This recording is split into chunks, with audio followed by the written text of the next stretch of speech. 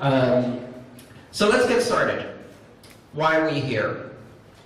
We're here because 8 years ago, a person under the pseudonym Satoshi Nakamoto created a new technology. And this technology is the blockchain technology that is part of Bitcoin.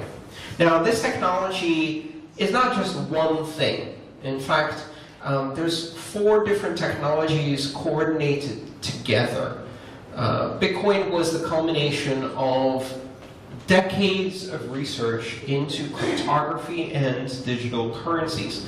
It started back in the 1970s with the invention of public key cryptography, which is a mathematical trick for doing things like digital signatures and encryptions with public and private keys. And if you don't understand any of that, it's okay. You don't have to understand that in order to use the system. It helps, but you don't have to. So, over the years, many people who were involved in this technology and cryptography over the 80s and 90s started thinking about how could we use cryptography to create systems of commerce and systems of money. And there were many interesting inventions in this. But there was one fundamental problem that no one could seem to solve. And this problem was really simple. Digital information is easy to copy, right? There's no such thing as a unique copy of a digital item. If you have a JPEG, or a text file, or a Word document, how much does it cost to make a copy of that? 0. And how many copies can you make? Infinite. And how different is each copy? Not at all. They're all identical. So you can't make something that is digital and rare, which is a bit of a problem because one of the most important characteristics of money is that it is rare. If it's abundant, it's not very good money. Why don't we use hair as money? Be a lot of bald people who'd be very upset about that scheme, myself included. I would be very poor in that environment. But we don't use things that are abundant in nature. We don't use things that you can find everywhere. For thousands of years, people used various things they could find in nature, but never things that were common. So people use seashells for money, right? But guess where they didn't use seashells? By the seashore. Because you can't use seashells as money by the seashore because you can just find it everywhere. But if you were at a mountainside, then you could use seashells as money because there it's rare. And so you see the fundamental concept of money, which is it has to be rare, conflicts with digital information, which is not rare. And so one of the ways we tried to get around that was to have people check the digital information. So what you could do is you could take a digital piece of money, you could give it a serial number, so it has a number inside it, and you could sign it with a key, digital signature. And then if somebody tried to spend it, you have a big list of all of the serial numbers, and when somebody spends it, you go to that list and you go, okay, scratch that one, that one's being used. And then you go to the next serial number. And that way you can only use it once. So you can make it rare, right? As long as you register all the serial numbers, and as long as you scratch out the ones that have been used, you can use a digital thing as money. Reward cards do that. If you have a card for a store, a gift card, right? For an electronics store, how do they know that you're not going to use it twice? Well, when you go in and use it, they're going to type it into the computer, and they're going to cancel that gift card, and then you can't use it again. So we can make digital information that can't be copied. You can copy the number on the gift card, but it's going to be useless because once you spend it, it can't be used again. One small problem with this scheme. You need someone to sit in this central position that has the list of all the serial numbers, and they're responsible for writing off every single one. That causes 2 problems. One, you have to always be able to communicate with a central database, right? And small differences in time are a problem. I remember in the early 90s, maybe late 80s, when ATMs had this problem where if you had just $10 in your bank account and you went to one ATM and you withdrew $10, if you went to another ATM 1 block away very, very quickly and withdrew $10 again, the bank wouldn't notice. They fixed that quickly. But as a student, it was very useful in London because I often had a balance of just 10 in my bank account. So the problem is you have to always be able to communicate with this central party. The other problem it causes is this central party is a single point of failure, right? If their network goes down, if they go out of business, if they're shut down, the system goes away. So a lot of the people involved in digital currencies said, let's set up digital currencies and we'll make central parties. And we'll make our own system of money. And they made their own system of money, and the government of the world, various governments, looked at that and said, you can't do that. You can't make your own system of money. That's our job. What you're doing is not allowed. And sometimes the banks would sue these companies, or the government would come in one day, take all the servers away, and there goes your system of digital money. So that was the problem. In 2009, Satoshi Nakamoto solved this problem. It's called the double spend problem. He managed to create, or she, or they, we don't know who it is, managed to create a system whereby you could make sure that nobody could double spend, but you didn't have to have one central location. Instead, what happens is everybody participates in this system across the network, and everybody has a copy of the list of what effectively almost like serial numbers exists, and who has spent them and who owns them. And when you present a transaction, it's copied to everyone, and everyone can check that it's correct and hasn't been spent before, and every 10 minutes, the entire network gets together to agree on the current state of that ledger. And that ledger is called a blockchain. And sometimes people say, well, what is a blockchain? Can you explain a blockchain in like less than 20 words? And my favorite answer was Peter Todd's, who said, yes, it's a chain of blocks. 2 words, done. Which is funny because it's true, because that's what a blockchain is. It's a chain of blocks. What are the blocks? Blocks are just containers that contain lots of transactions. And they're chained together with digital fingerprints so that one block depends on the information that was in the previous block, which depends on the information that was in the previous block. So you know what sequence they came in. If you have the fingerprint from the previous block in your current block, you know that the current block could only have been created after the previous block. So you chain them together and you have this historical record. Fairly simple technology. Of course, that's not the only technology in these systems. There's another really important technology called proof of work, which is a consensus algorithm. Which is, okay, so you have this chain of blocks, but inevitably, if everybody's keeping a copy of this chain of blocks all around the world, how do you know which one is real? How do you know which one is the most recent? How do you know that you don't have an old copy? And how do you know that someone's not faking it? And so the really interesting invention by Satoshi Nakamoto was to say, you have to commit work, computer work. You have to make your computer do some work. And that work takes power. You know, if you have your computer crunching away, I don't know if you've ever noticed when you're doing something fancy on your laptop and all of the fans turn on, your laptop gets really loud, and then 5 minutes later it's so hot you can't actually use it as a laptop anymore. It has to become a tabletop because it's burning your lap. So that's computer work, and what computer work means is that it's consuming electricity, sometimes quite a lot of electricity, and it's converting that electricity into 2 things: heat and information. And so, because there's only so much energy in the world, and because there's only so many computers in the world, and because it's not easy to set up a system like that, that's a good way to know that the other person really validated the ledger.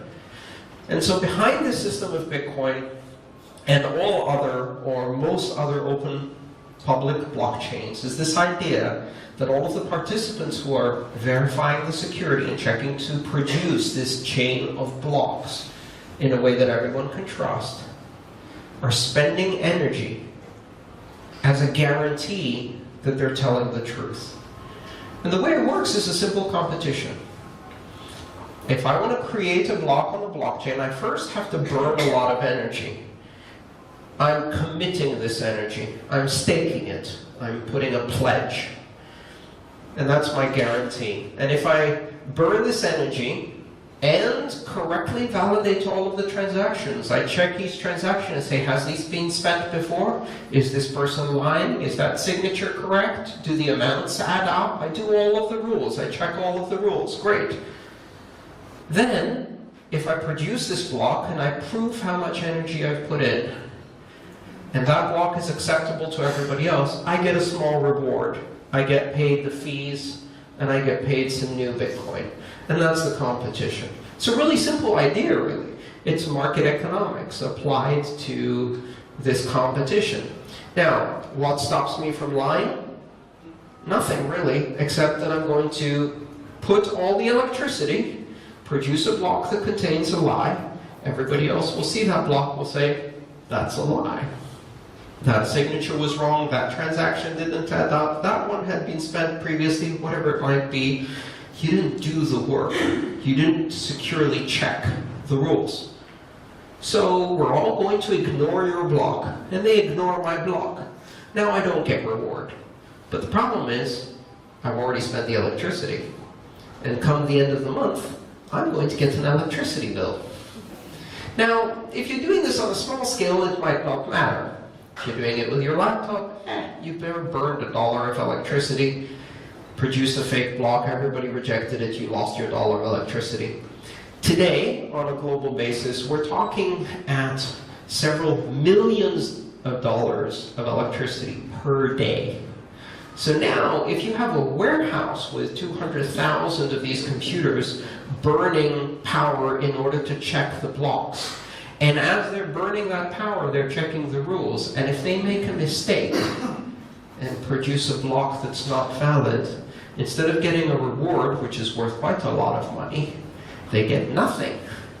Now at the end of the month, when they get the electricity bill says $250,000, and they go, ugh, and they haven't made the money.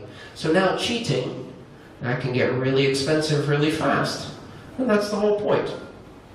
So these two simple inventions together, using a chain of blocks to create an ordered history of all of the transactions that have ever happened, together with saying, open to everyone, everyone can participate, no one's special, no one's in charge, everybody has to check the rules. And if everybody checks the rules, then they get a small reward. The electricity they guaranteed to put down will get repaid by this small reward. And people who play fair make money, and people who cheat lose money. We don't need to have anyone as a boss. We don't need to have the blockchain police. The blockchain police is how much money you're going to lose if you try to cheat. And so this system creates a new model for doing network consensus. What do I mean by network consensus? How do you get hundreds of thousands of people around the world to agree every 10 minutes on one version of the truth, even when they could make money by lying? That's the problem that Satoshi Nakamoto solved. And that problem, well, the obvious thing you can do with it is make a system for money. You can make a currency, because if you can get everybody in the world to agree on what the truth is every 10 minutes, then you can agree, oh, the truth of he has 2 Bitcoin, but now he spent 0.5 Bitcoin, and this person got 0.2 Bitcoin, and that's the truth we're all agreeing on. But we can agree on other things, like how about We agree on who's voted in the last election. How about we create a corporation and vote on what things to do with the corporation and count the votes of the directors with the same mechanism? How about we use it to decide the truth about who owns that piece of land, or whether they sold that piece of land to someone else and record the ownership of land? How about we use it to decide who owns a car and who a car is registered to, so that you can sell your car? And you don't need to tell a central location, like the Register of Vehicles or the Department of Transportation, as we do today. Just like you don't need to tell a central location this gift card has been used. We can all simultaneously agree, yes, that car got sold. 10 minutes ago, the entire network agreed on that. We all committed electricity. Everybody agrees that is the new truth.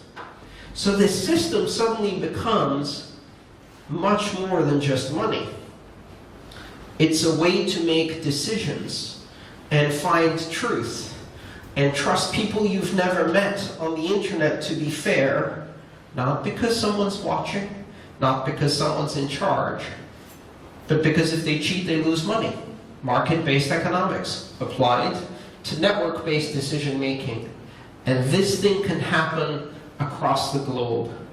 It doesn't matter which country they're in. Countries don't matter on the internet. It doesn't matter what the religion, gender, nationality, age of the other person is. It doesn't matter if their status as a living person even is. With blockchain systems, you can do transactions between machines without people. You can have machines owning money and transferring money to each other. You can have machines owning other machines and transferring the ownership of other machines to each other. We can do all kinds of new things. So this technology that was created in 2009 is a system for agreeing on truth globally without anybody being able to cheat. And the first application is money. It's commerce.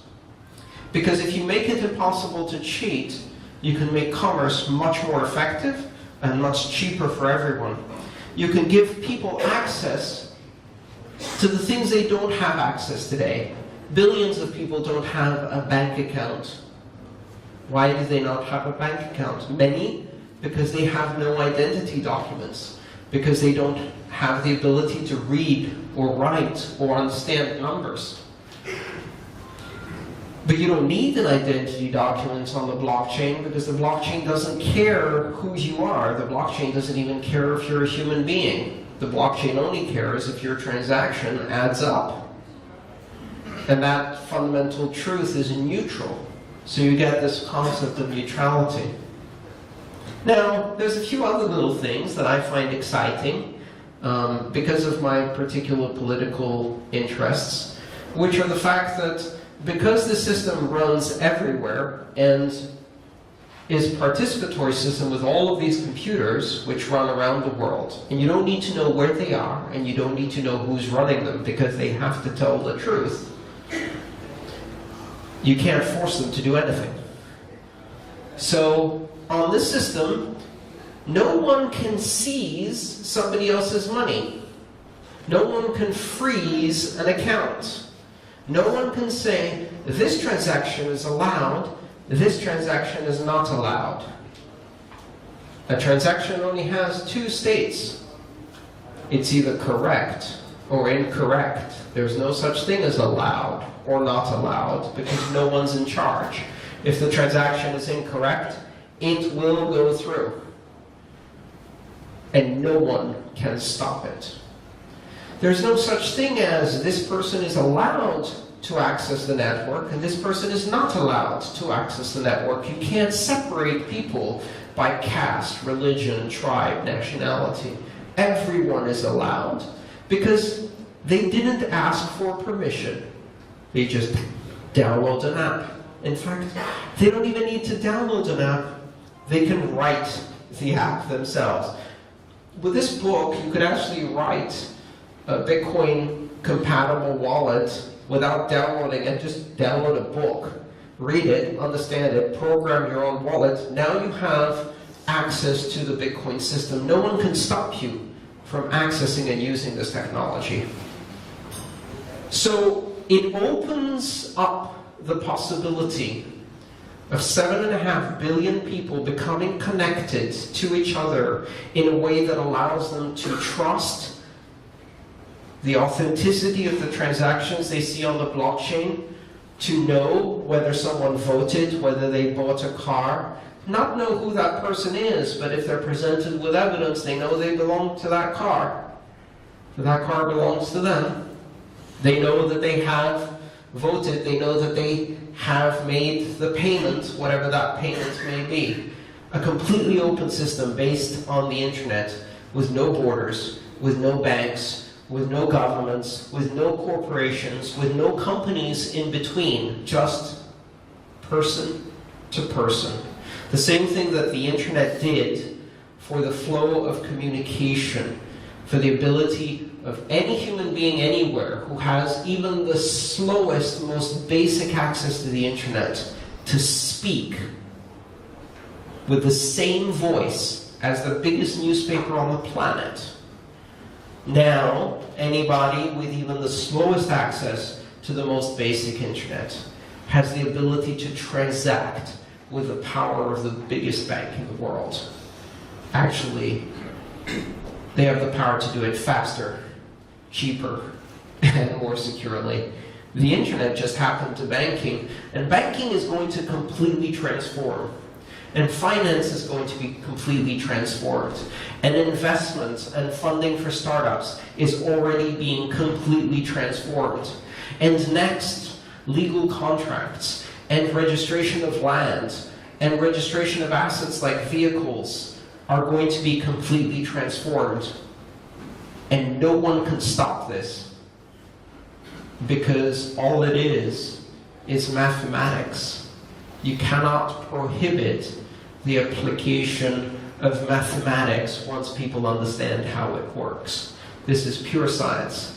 And so this system is opening a new door. It's going to create historic change throughout the world. And it's not just Bitcoin, it's this broader space. I call it the open public blockchain. It's all of the systems like Bitcoin that are open for anyone to participate, that are public, that give free access to everyone, where anyone can innovate without asking for permission. The systems that are completely neutral. They don't care who is the source or destination, or even if it's a person. They only care if it validates by the rules. Systems that are completely borderless, that do not even see borders any more than the internet does. And systems that are completely censorship resistant. You cannot shut them down. You cannot shut them up. You cannot stop them from operating. No one can. No one is in control except for mathematics. Thank you.